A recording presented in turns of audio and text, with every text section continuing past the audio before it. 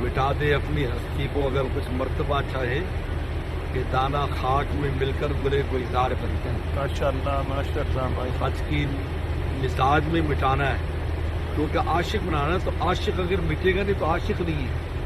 جو عاشق خود اپنے کنگے شیشے میں لگا رہا ہے وہ کب عاشق ہے؟ صحیح بات. خود ہوش ہی نہیں. عاشق ہوتا وہ ہے جس کو اپنے کنگے شیشے فکر ہی نہیں, وہ محبوب پر نظر ہے بس. اور محبوب سجے دجے گا. اس لیے مولانا رومی کتنی پیاری بات فرماتے ہیں کہ میل عاشق بات 200 نفل و قبل و نفیس.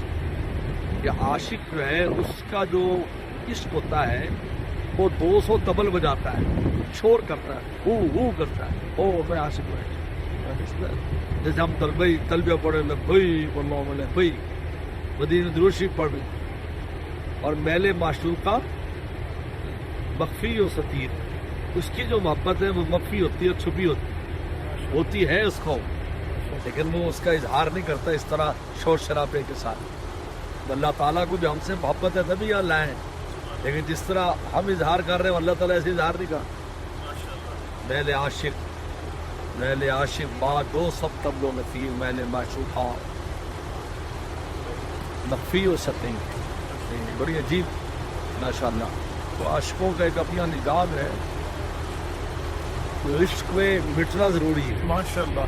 تو حاجی جو ہوتا ہے الحاج کا معنی العاشق, اب یہ اللہ کا عاشق ہو گیا, وہ رسول اللہ کا عاشق ہو گیا. اس لیے وہ عشق کی داستانوں کو قائم رکھے, اللہ کو یاد کرتا رہے اور اس کی محبت کے گن گاتا رہے, رسول اللہ کے عشق کی ترانے گاتا رہے. اس لیے مٹا, اور مٹے گا تو عاشق بنتا. جب تک وہ اپنے آپ کو محسوس کرتا رہے گا کہ میں بھی کچھ ہوں, وہ عاشق نہیں ہے. جب عاشق کو بس محبوب نظر آتا ہے, کچھ اپنی ذات بھی نظر نہیں آتا, تب درجہ کمال کو اس کو فنا کر دے. جب بندہ اس درجہ فنا ہو جاتا ہے پھر اللہ کی تجلیات کھلتی ہیں اور انوارات کھلتے ہیں, اس کے افعال کئی ہیں. آپ نے جو جماعت کرایا بہت درد کی آواز پہ تلاوت میں, اتنی پیاری جماعت کرائی آپ نے. نہیں بہتا وہ بیچ میں لا رہے ہیں حالت صحت میں 2 عمریں کیا گئی. وہ حضرت صحت مند تھے 99 میں اور سن 2000. اس کے بعد غالباً جب حضرت فارغ ہو گیا میرے خیال میں 3 عمریں کی ہیں نا بھائی, اس کے کیسا یاد ہے, یا 2 یا 3. بیمار تھے اور وہ فارغ میں تشریف لاتے تھے. وہ تقریباً 3 میرے خیال عمریں کی ہے یار. ارے میرے خیال میں کوئی سفر شارٹ نہیں کیا میں نے, اللہ ماشاء اللہ جو بیماری کے بعد میں ساتھ آ جاتا کیا. تو اگر میں 99 میں جو کیا اس میں تو عمرہ ہی کیا تھا صرف, تو ادھر پیچھے پیرانی صاحبہ کو فالج ہو گیا تو حضرت عمرہ بھی پورا ہی کیا تھا. تو خبر ملی, اب اہل علم سے علماء سے مشورہ کیا, بھائی اللہ کا حق کو ادا ہو گیا ہے, رسول اللہ کو میں سلام کر کے واپس چلا جاؤں. 40 سال میں نے اسے اکٹھے گزارے اور میرا انتظار کرتی ہوتا. اللہ والوں کے طریقہ تربیت تھی. نے کہا بالکل نہیں ہے, اس کے مکہ شریف کا حق طواف ہے, جب عمرہ کر لیتے تو حق ادا ہو جانا, پھر آپ نہ ٹھہرے. مدینہ شریف میں جو صحبت مطلوب ہوتی ہے تو وہاں لمبا ٹھہرنا ہوتا ہے. 40 نمازیں صحبت مطلوب ہے. پھر آپ یہاں سے گئے اور وہاں سلام پیش کر کے اور اسی دن فلائٹ سے چلے گئے. پیرانی صاحب 14 دن کے بعد پیرانی صاحب وفات ہو گئے. میں وہاں سے انگلینڈ چلا گیا, پھر واپسی پر کراچی آیا. اس کے بعد پھر سن 2000 میں حضرت والا یہ عمرہ کے پھر میں آیا. وہ بھی صحت مند تھے, وہ بھی بڑا تفصیلی عمرہ تھا جس کا میں نے سفرنامہ حرمین شریفین لکھا ہے. آج کل وہ خانقاہ کے پیج سے اس کے چھوٹے چھوٹے کلپ آتے ہیں, تو میرا الحمدللہ. اور اس کا بڑا عجیب تھا کہ وہ اصل میں جتنے بھی حضرت کی ملفوظات وغیرہ سفر نامے حضرت میر صاحب لکھا کرتے تھے. حضرت میر صاحب وہ سفر نامہ وہ سفر نہیں لکھ سکے. 2 سال تک وہ ایسے ہی رہا. میرے پاس ڈائریاں تھیں, میں نے ہاتھ سے لکھی ہوئی تھی ڈائریاں, وہ ریکارڈنگ نہیں ہوتی تھی, موبائل فون بھی نہیں تھے, تو میں ہاتھ سے لکھتا تھا ملفوظ وغیرہ ساتھ ساتھ یا بعد میں فوراً.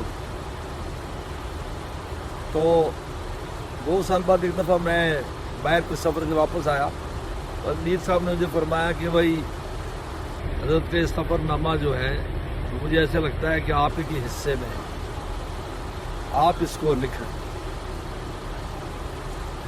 ان کا ٹھیک ہے, اور 10 کیسٹیں حضرت کے بیانات کی مجھے دے دی جو سفر میں بیان ہوئے تھے.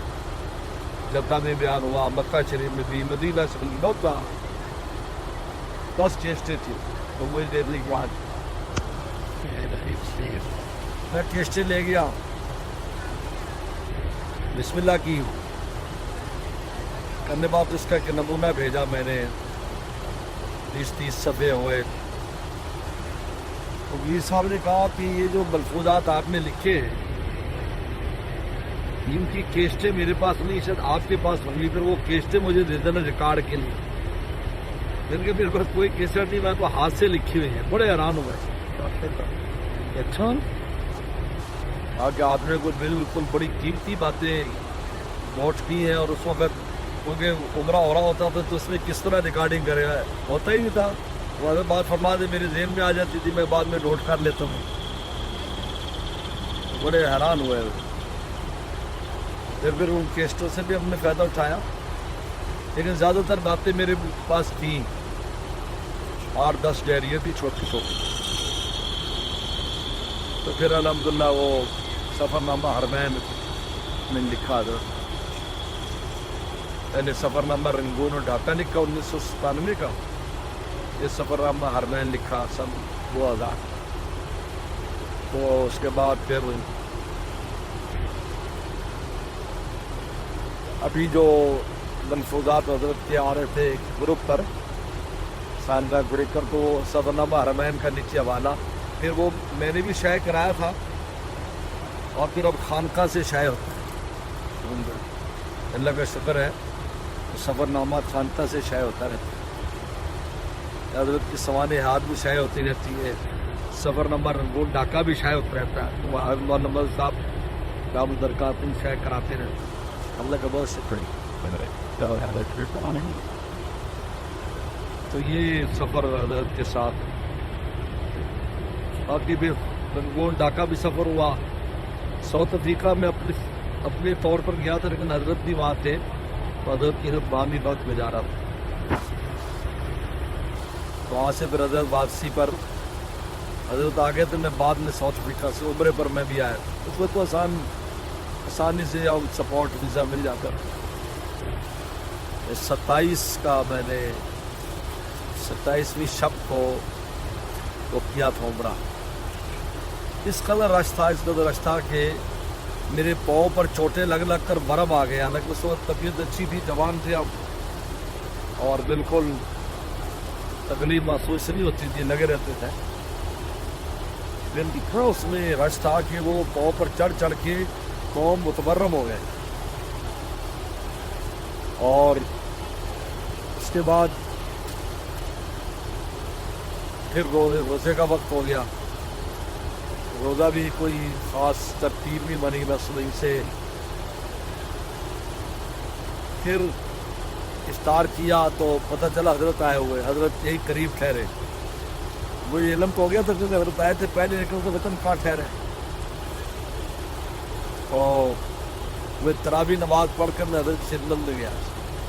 مجھے بڑی شدید بھوک لگی, شدید بھوک. آپ سمجھو رات بھی گزری, دن بھی گزرا, اور بڑی شدید بھوک. لیکن میں ان کا نہیں سنا, حضرت کی مجلس ہوتی, میں کہ نہیں پہلے مجلس بعد میں روٹی.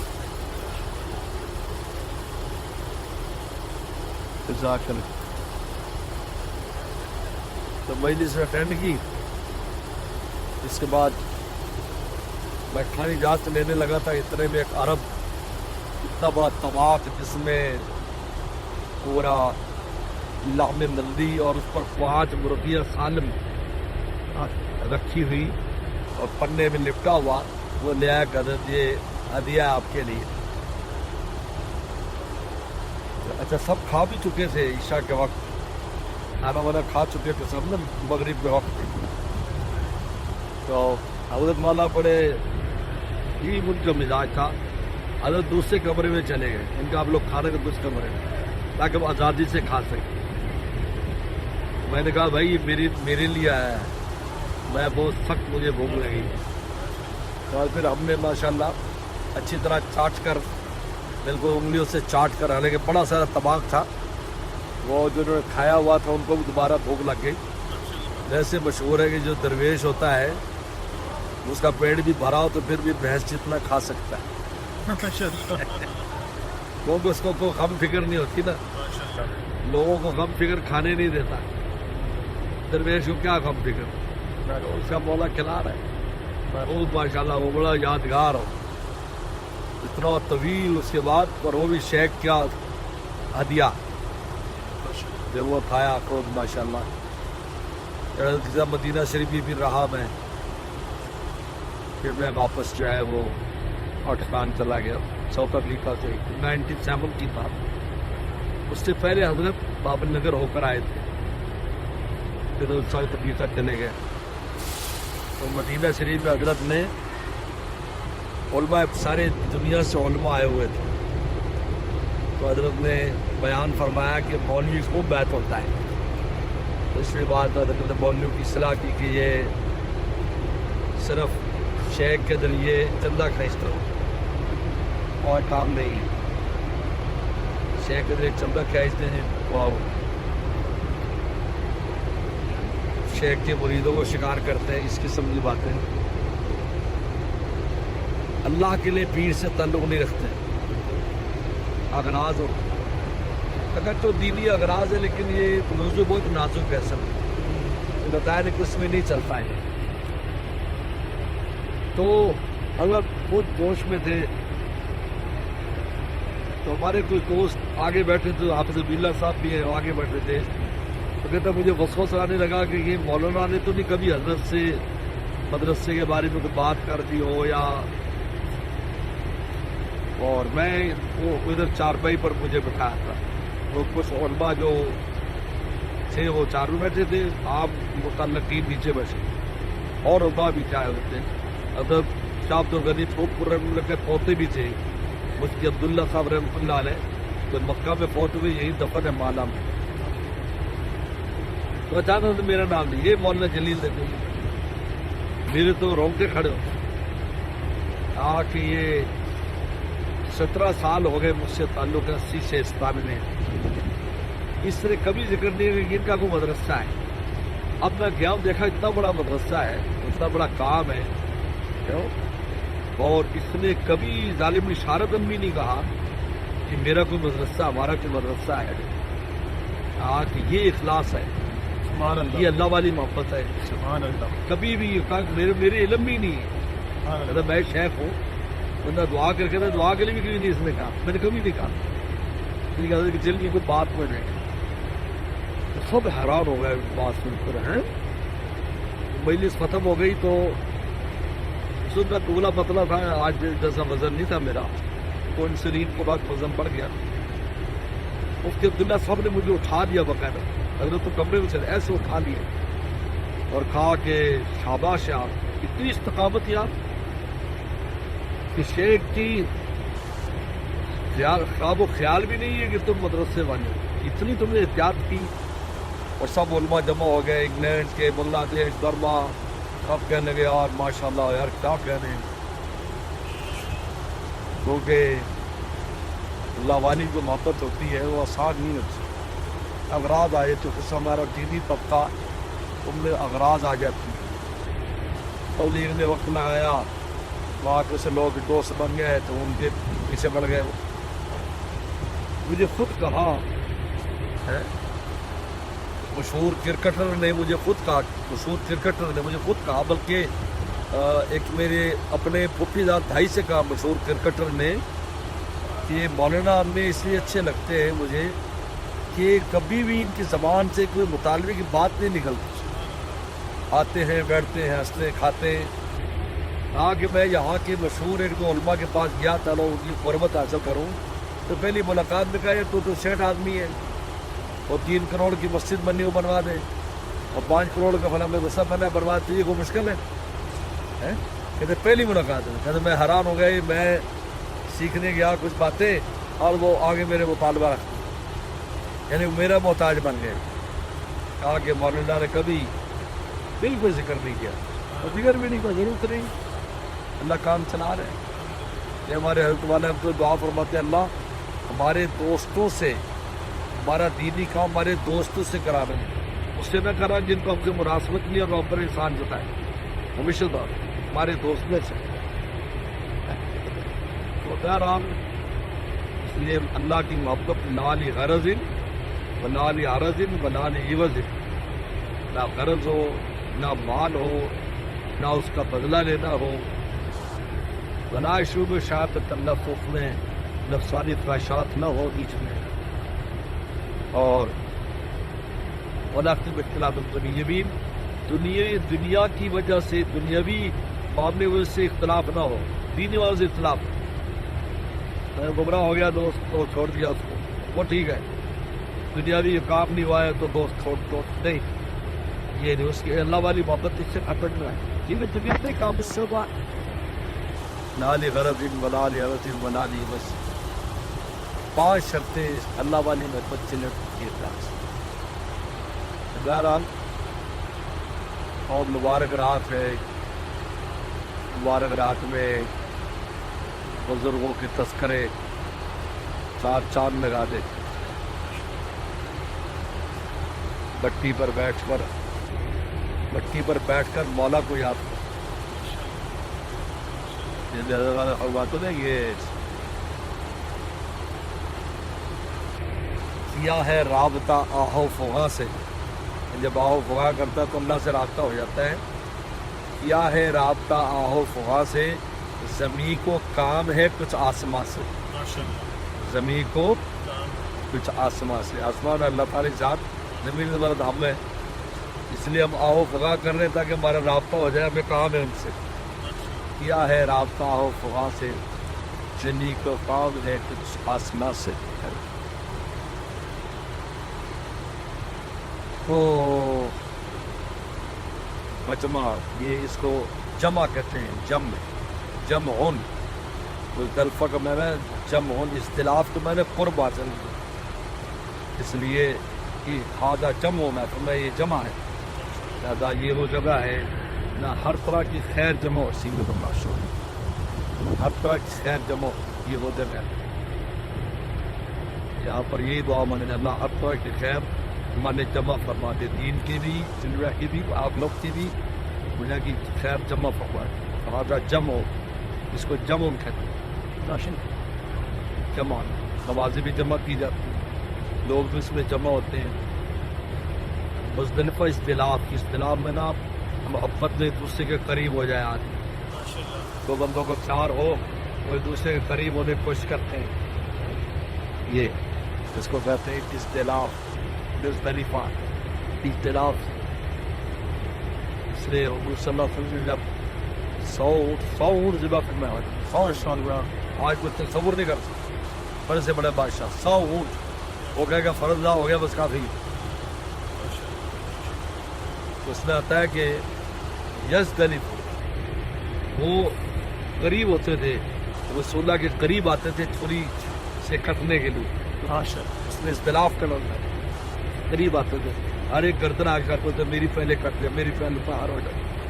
63 اونٹ اپنے ہاتھ سے ذبح فرمائے, باقی اپنے نے کی. صحابہ فرماتے اس سے اس وقت اندازہ ہو گیا تھا آپ کی عمر 63 سال ہوتی. یہ جو جانور ہوتا ہے یہ بھی عجیب ہے, اس میں جان کا بدلہ بن جاتا ہے. جیسے ابراہیم اسماعیل اسلام کی جان کا بدلہ بن گیا, جان کا بدلہ بن گیا. حضور صلی اللہ علیہ وسلم کے والد محترم, ان کے بارے میں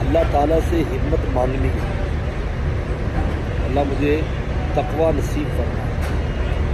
تقوی نے ابھی امام حرم جو امام حج دعا کر رہے تھے اس میں کر رہے تھے اللہ میں تقوی دے دے۔ جب تقوی ہم میں آ جائے گا تو ہم جو کچھ کر رہے ہیں یہ محفوظ ہو جائے گا، ایمان بھی محفوظ ہو جائے گا اور اعمال کے انوارات بھی محفوظ ہو جائے گا۔ اور تیسرا، متقی لوگوں سے تعلق رکھو۔ آپ کا کوئی اسپرچل مینٹور ہونا چاہیے جو جس کے زیر سایہ آپ سفر طے کریں، وہ آپ کو گائیڈ کرتا ہے۔ آپ کے جی ایسا ہونے والا کیا کریں، وہ آپ کو مشورہ دے گا، آپ نے ایسے کرنا، آپ نے ایسے کرنا، آپ نے یہ کام کرنا، آپ نے یہ کام کرنا۔ اس سے کیا ہوگا کہ نفس اور شیطان کی چال کامیاب ہوگی، میں انسان کو پتہ بھی نہیں چلتا، پتہ نہیں چلتا، لیکن جو آپ کا مینٹور ہوگا وہ سمجھائے گا۔ جیسے ایک آدمی کسی بزرگ کے پاس گیا تو اس طرح لوگ سو رہے تھے، رات تہجد میں نہیں اٹھے۔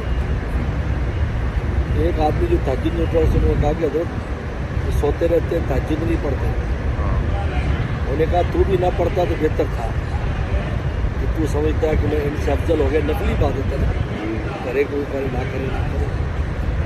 فور پکڑ لیا اس کو، صحیح ہے کہ وہی تیرے اندر کبر آ گیا، اس کا فوراً علاج کر، اس کا علاج کر، اپنے آپ کو بٹھاؤ۔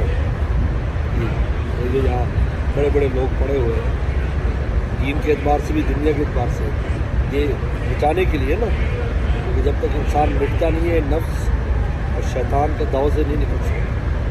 جب مٹ جاتا ہے تو پھر یہ داؤ کس پہ مارے گا، مردے پہ مارے گا۔ تو یہ تین چیزیں ہیں جس سے تقویٰ آتا ہے، اور تقویٰ جب آئے گا تو every thing fall into place, محفوظ ہے، بڑھے گی۔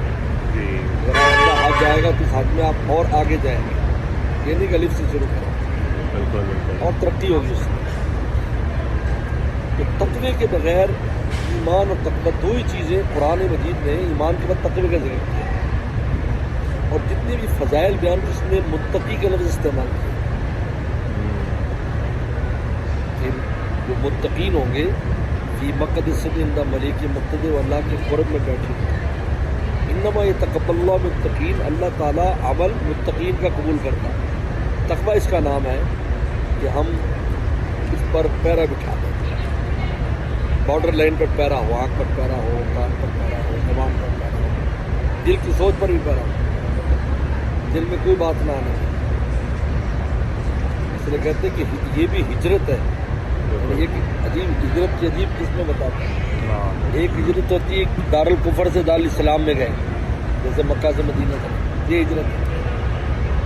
ایک ہجرت ہوتی ہے کہ بری بستی سے نیک بستی میں چلے گئے، جیسے 100 آدمی کو قتل کرنے والے کو مشورہ دیا کہ نیک بستی میں چلا جا، پھر تو توبہ پر رہے گا، یہ بستی چھوڑ، بس سب برے لوگ ہیں، اچھے لوگوں پر۔ تیسری ہجرت بری مجلس سے اچھی مجلس میں چلا گیا، جہاں برے لوگ تھے اس سے اچھی لوگوں میں آ کر بیٹھے۔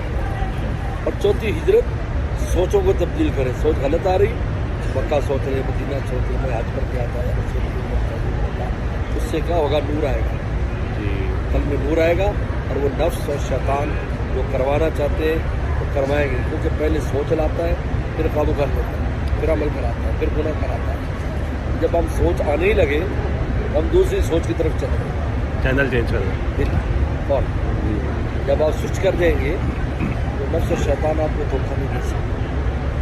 خیال آتے چھوڑ جو لگے، نفس اندر جو لوگ پہلے شیطان بیٹھ جائے، آپ سوچے یار حج پہ گئے تھے تو مزہ آیا تھا، بات میں کیا ہوا، نفس بھول ہی جائے گا کہ وہ آپ کو گناہ کروانا چاہتا ہے، بھول جائے گا، اس کا حافظہ بہت کمزور ہے نفس۔ آپ فوراً سوچ کر دیں، اس کو یاد نہیں رہتا مجھے کیا مشورہ دیا تھا۔